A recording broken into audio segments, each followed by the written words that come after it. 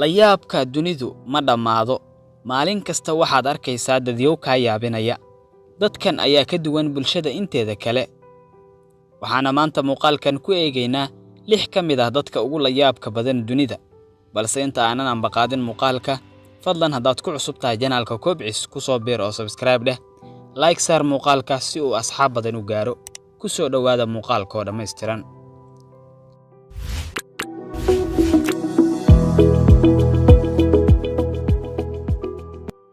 Ram Singh Chauhan 65 sano jirkan u dhashay dalka India ayaa noqday ninka ugu shaaribada dheer caalamka. Dhirirka shaaribadiisuna waxa ay gaarayaan 4.2 mitir. Wargeyska Daily Mirror ayaa daabacay in Singh Chauhan ay 32 sano ku qaadatay korinta iyo kobcinta shaaribadan dhaadheer, wuxuuna maalin walba u baahan yahay 2 saacadood si uu u nadiifiyo shaaribadiisa. Ninkan ayaa ku faanaya inuu yahay shakhsiga ugu shaaribada dheer dunida. Singh Chauhan oo degan magaalada Jaipur ee gobolka Rajasthan ee dalka India ayaa yiri, korinta shaaribadani waxa ay ila mid tahay xanaanaynta iyo korinta cunug yar, waxa ayna u baahan tahay daryeel joogto ah. Waxayna igu qaadatay waqti dheer inaan noqdo ninka ugu shaaribada dheer dunida. Wuxuu intaa ku daray in laga soo bilaabo sanadkii 1970 ilaa hadda uusan isticmaalin makiinada lagu xiro garka iyo shaaribada. Kathleen Thronley waa gabar yar oo Amerikaan ah, waxa ay ku nooshahay gobolka Texas ee dalkaasi Mareykanka. Waxay la ildaran tahay hindhiso aan kala go' lahayn, waxayna maalin walba hindhistaa 12,000 oo jeer, taasoo ka dhigaysa in daqiiqadiiba ay hindhisto 20 jeer.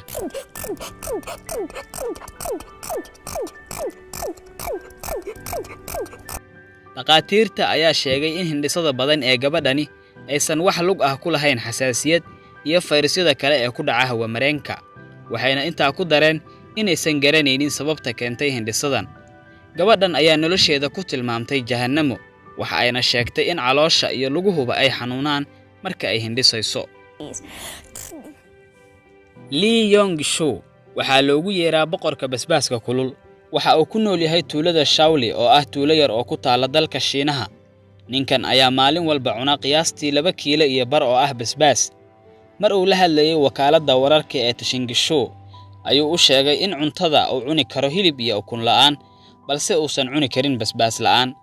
Ninkan ayaa sidoo kale u adeegsaday basbaaska inuu ku nadiifiyo afkiisa subax kasta. Mr. Lee si uu u haqabtiro baahidiisa maalinlaha ah, waxa uu beertiisa ku beeray 8 nuuc oo ah basbaas. Byron Shalankar waa ninka ugu carabka ballaaran dunida. Waxa uu galay Guinness World Record isagoo ballaaca carabkiisu uu noqday 8.6 sentimitir. Arrinta kale ee la yaabka leh ayaa ah in gabadhiisa Emily ay noqotay haweeneyda ugu carabka ballaaran dunida, wuxuuna ballaaca carabkeedu noqday 7.3 sentimitir. Byron Shalankar iyo gabadhiisa Emily oo 14 sano jir ah ayaa u dabaaldegay inay noqdeen dadka ugu carabka ballaaran dunida. Ninkan iyo qoyskiisu waxa ay ku nool yihiin magaalada New York ee dalka Mareykanka. Bhupan Chandra Das waxa uu u dhashay dalka India. Waxa loo yaqaanaa ninka cirbadda. Wuxuu wajigiisa ku muday 550 cirbadood. Arrintan ayaa ka yaabisay dadyow badan oo ku nool caalamka. 42 sano jirkan ayaa sheegay inuusan dareemin wax xanuun ah, xitaa waxa uu cirbadahan ku muday carabkiisa. Ninkan ayaa galay mawsuucada Guinness, taasoo ah rikoor ama buug lagu diiwaan geliyo dadka ugu la yaabka badan dunida.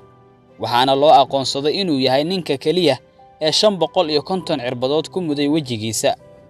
Waxaa kaliya kaalinta koowaad uga jira ninkan Shiinayska ah ee lagu magacaabo Wei Xing-shu. Ninkan ayaa isagu madaxiisa ku muday cirbado gaaraya 2,188 cirbadood. Waxa uuna galay mawsuucada Guinness sanadku markuu ahaa 2011 sida aanu ka soo xiganay wargeyska Daily Mail ee ka soo baxa Ingiriiska. Kusma Fati waa haweeney 80 sano jir ah. Waxa ay ku nooshahay magaalada Varanasi ee dalka India. Haweeneydan da'da ah ayaa ka yaabisay dadyow badan oo ku nool dunida kadib markii ay sheegtay in muddo 65 sano ah ay cunaysay ciidda iyo dhagxaanta. Sida ay iyaduba sheegtay, waxa ay bilowday cunista carrada markii ay jirtay da'da 15 sano. Iyadoo ka hadlaysa arrintaana waxa ay tiri, waxa aan bilaabay cunista ciidda markii aan jiray da'da 15 sano. Waxaana durbadiiba kala kulmay calool xanuun, balse xanuunkaasi ma sii dheerayn oo hadda waxa ay ila tahay caadi. Waxa aan dareemayaa in ciidda ay macdani ku jirto, waxa ayna isiisaa quwad iyo tamar aan uga shaqeeyo beeraha. Carruur badan oo ay ayeeyo u tahay ayaa iyagu ka walwalsan dhibaatooyinka caafimaad ee ay keento cunista ciiddu. Waxa ayna isku dayeen inay ka joojiyaan, balse haweeneydan ayaa aaminsan in carradu ay siiso caafimaad.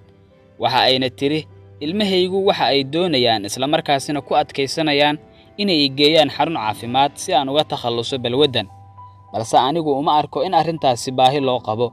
Waan fiicanahay, waxa aan jeclahay isla markaasina cunaa carrada. taasina waa sirta caafimaadkayga. Haweeneydan waxa ay maalin walba cuntaa 2 kiilo oo ciid ah. Waxa ayna saacado badan ku bixisaa aruurinta iyo raadinta cuntadeeda asaasiga ah. Haddii ay weyso carrada, waxa ay soo gurbisataa dhagxaanta wayna cuntaa. Dhagxaantani waxyeello uma geystaan afkeeda iyo ilkaheeda, waayo way la qabsatay. Waxa ayna cunaysay muddo dhan 65 sano. haddii aad dhamaysatay muuqaalkan, share gare oo la wadaag asxaabtaada, ku soo biir oo subscribe dheh channelka Kobcis. inta aan ku kulmi doono muuqaalka xiga, sidaa iyo nabadgelyo. Assalaamu calaykum waraxmatullaahi wabarakaatuh.